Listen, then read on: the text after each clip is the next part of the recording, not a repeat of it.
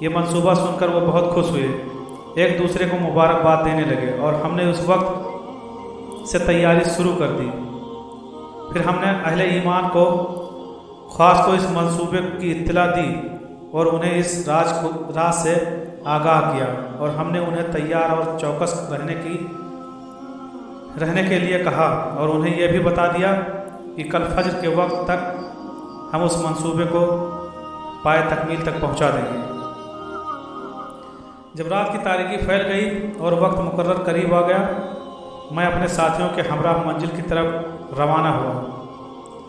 دیوار کو نقب لگائی کمرے میں داخل ہو گئے، اندر پڑے ہوئے ہتھیار پکڑے، چراغ ہاتھ میں لیا اور دشمن خدا کی خلوت گاہ کی طرف چلے۔ میری چچا جان بہن دروازے پر کھڑی تھی، اس نے اشارہ کیا، میں دبے پاؤں اندر داخل ہو گیا۔ وہ گہری نیند میں خراٹے لے رہا تھا۔ میں نے اس کی گردن پر وار کیا تو وہ بیل کی طرح دہاڑا اور ذبح کیے گئے اونٹ کی طرح تڑپنے لگا۔ جب چوکیداروں نے اس کی گھگھیائی ہوئی آوازیں سنی تو خلوت گاہ کی طرف لپکے اور کہنے لگے، اندر سے یہ آواز کیسی آ رہی ہے؟ میرے چچا کی بیٹی نے ان سے کہا، جاؤ آرام کرو، گھبرانے کی ضرورت نہیں، یہ اللہ کا نبی ہے، اب اس کی طرف وحی ہو رہی ہے۔ تو وہ منہ لٹکائے ہوئے واپس لوٹ گئے۔ ہم محل میں طلوع فجر تک رہے۔